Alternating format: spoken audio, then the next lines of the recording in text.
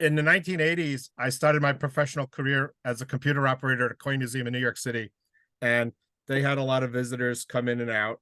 And one was an expert on Indian and Pakistan and Afghanistan coinage, and his name was Bill Spengler. So in the mid 1980s, I got talking, and he found out I was going to the National Jamboree in 1985. And he tells me that, oh, in 1937, I danced in front of Baden Powell at the World Jamboree. And I said, well, that's very cool. So for the next 15 years, we had a great friendship.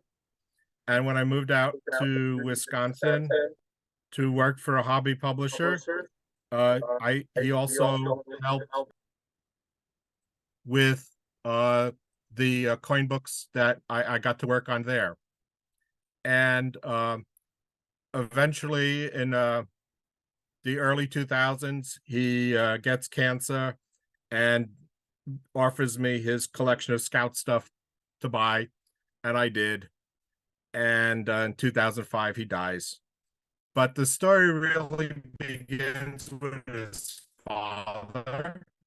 And just to give you a base idea, Menasha, Wisconsin is a town. It's now often hyphenated with Nina Menasha, and it's just south of Appleton, Wisconsin, on the very top of Lake Winnebago.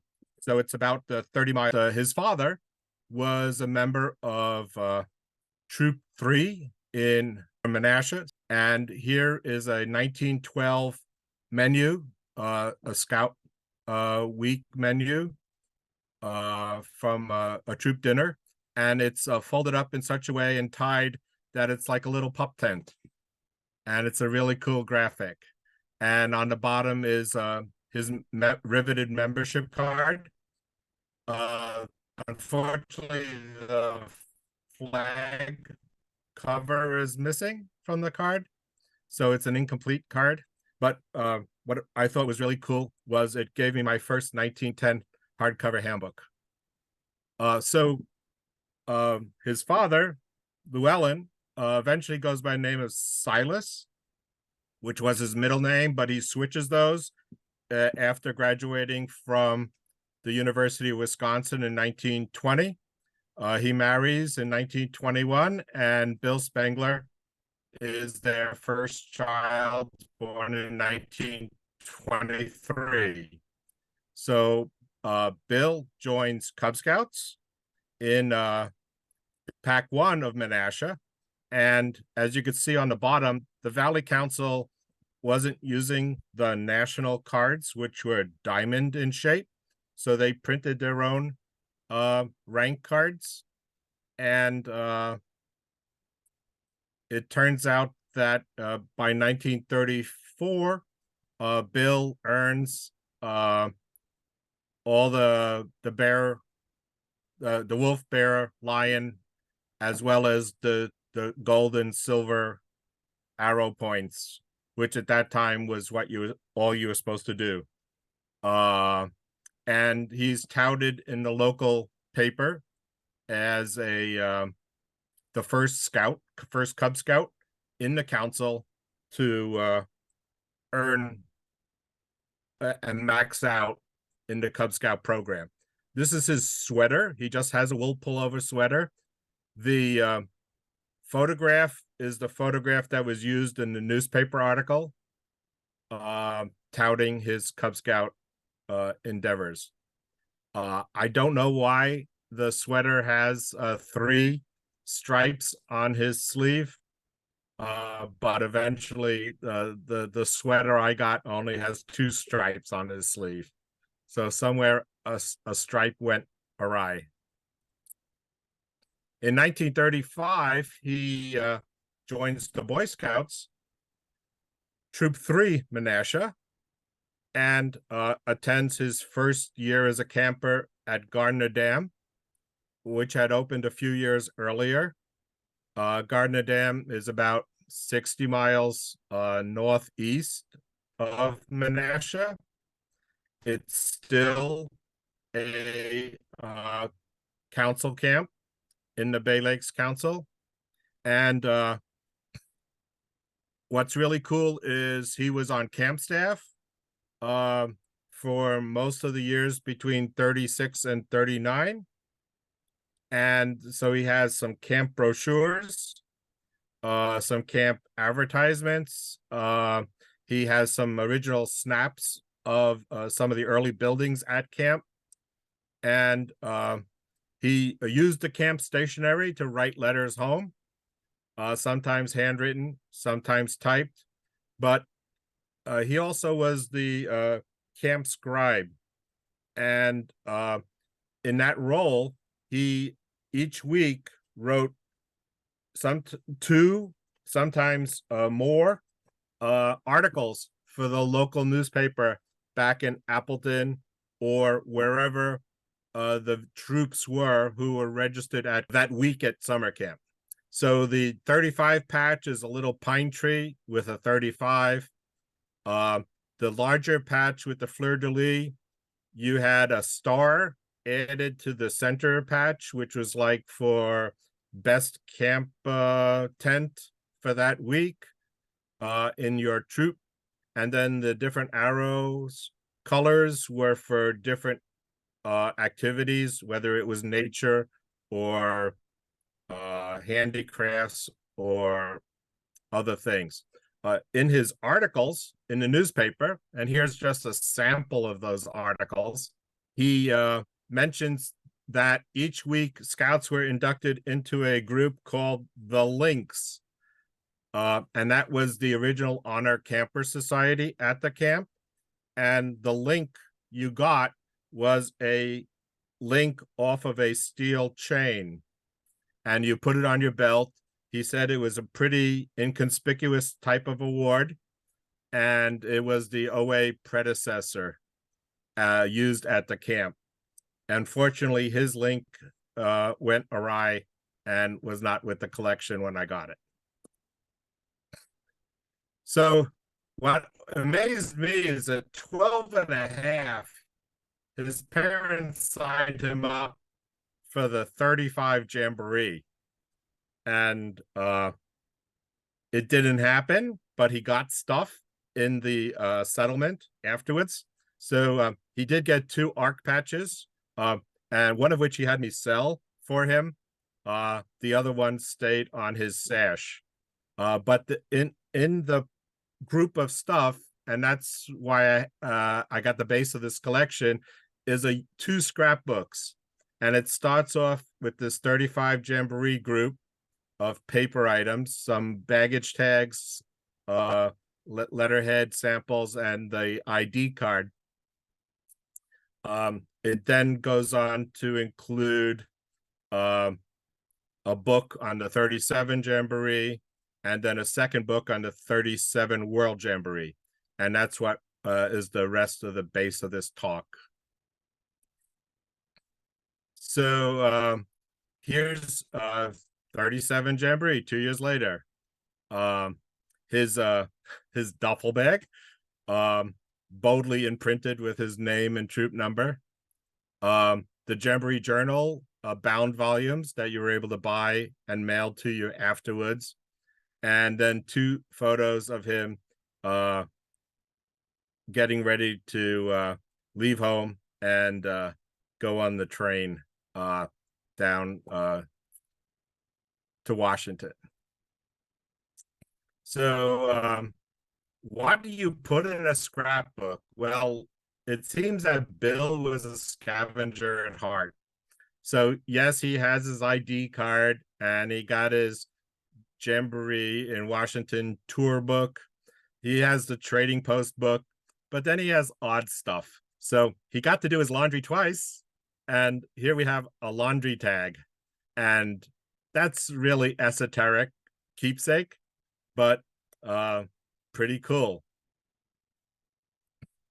And then he also took a ton of snaps, and there are all these small photographs, and most of them are either out of focus or have bad foxing on them. And it's too bad. But he was not a good photographer, a far better newspaper writer than he was a photographer. But then in 37, he also goes to the World Jamboree, and he gets tagged up with a troop from Chicago. And here's their itinerary. So from July 14th, they sail from New York, and they arrive back home in New York on August 31st. So nice 6-week tour. And they visit London, Paris, Venice, Milan, Lucerne, and eventually come back home to New York. What's really interesting about any of the early jamborees is that they get a special 3-month passport issued to all the scouts. It's a pretty unusual item, both in scouting collectibles, but also for passport collectors. And even though their itinerary has nothing to do with going to Germany, they got a German consul stamp. And that was really unusual for me to see. So what else do you save when you're on ship? Well, you get postcards, you get stickers, baggage stickers, hotel stickers. When you get a chartered train, you get a sticker for your car and the train. But he saved a wafer from the ship and a betting ticket on the ship. And at that time, it was pretty standard to always get a group photo. So here's the troop with their on deck photo.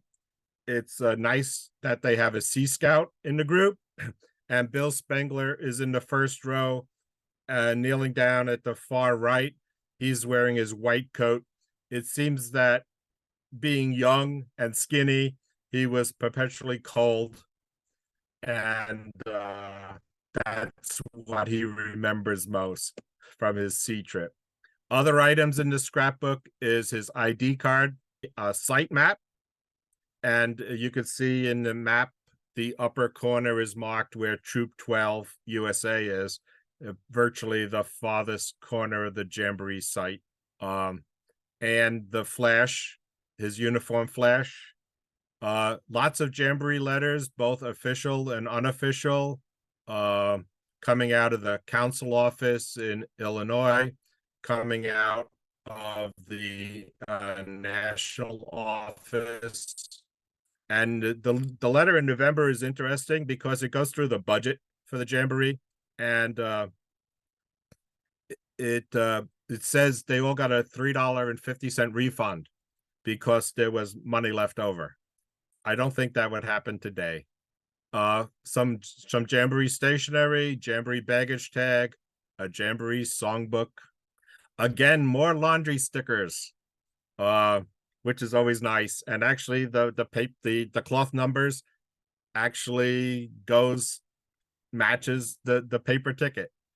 And then a full roster of all the different ships that the different councils were taken.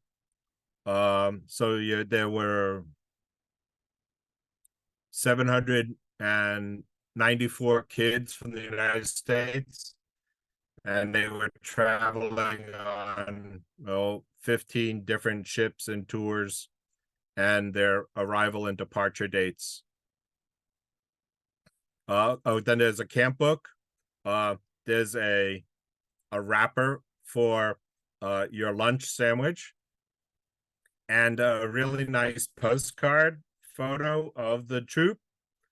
And what I didn't notice until recently, actually putting together this slideshow. So Billy, of course, is in the bottom corner, first row again, but they're all wearing the plaid wool jackets. And that was really nice to see.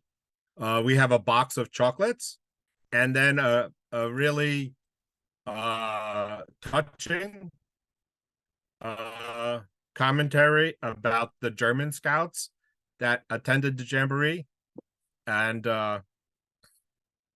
it was a really interesting observation for he put together this notebook as a 17-year-old. So at that time, he's looking back at this photo, saying, in 2 years, we're going to be fighting these kids, and that was a really interesting observation. This is a farewell dinner in Belgium before they travel back to the United States. Really nice restaurant. And yes, you do get cornflakes even at a jamboree, and another reserve sign. This one for a train trip at The Hague. The Western Union thing was an emergency thing that he got from his parents if he needed to send an emergency telegram. He did not, so he saved the coupon anyway. And a neat observation for a kid that goes to Sunday services on a ship, that the hymnals that the Church of England hymnals that they used on Cunard, all of course were printed with Edward VIII, but then George becomes king, and so rather than reprint the hymnals, they just paste over Edward VIII with the name George. And as a George, I found this kind of cool that he would save a George sticker. He doesn't earn his eagle until 1939. And so here's the original photo and the printed newspaper photo. Two scouts from Troop 3. And finally, his shirt that he wore at summer camp after the Jamboree. So it has the yellow and green Jamboree colors patch, and then the town name, the town strip Menasha, and the scribe patch when he was summer camp patch. His sash is a pretty cool sash, really well done, and it was interesting to note so many of the wide boarded cryptid merit badges, but also like the mining one in the top is a light tan, sadly bird study, which I think is so often the last badge a kid earns before Eagle at this time period ends up being last. He had also the really cool official sewing kit in a scout uniform cloth. And then as he graduates and goes into the service, he becomes an assistant scoutmaster in Washington for 2 years. He does some work for the OSS, and eventually becomes a career diplomat with a specialty in Pakistan, and is posted to Lahore from the late 1950s, and retires as chief d'affaires in the Lahore consulate in 1976. So that's me and Bill in 1999, and thank you for your time.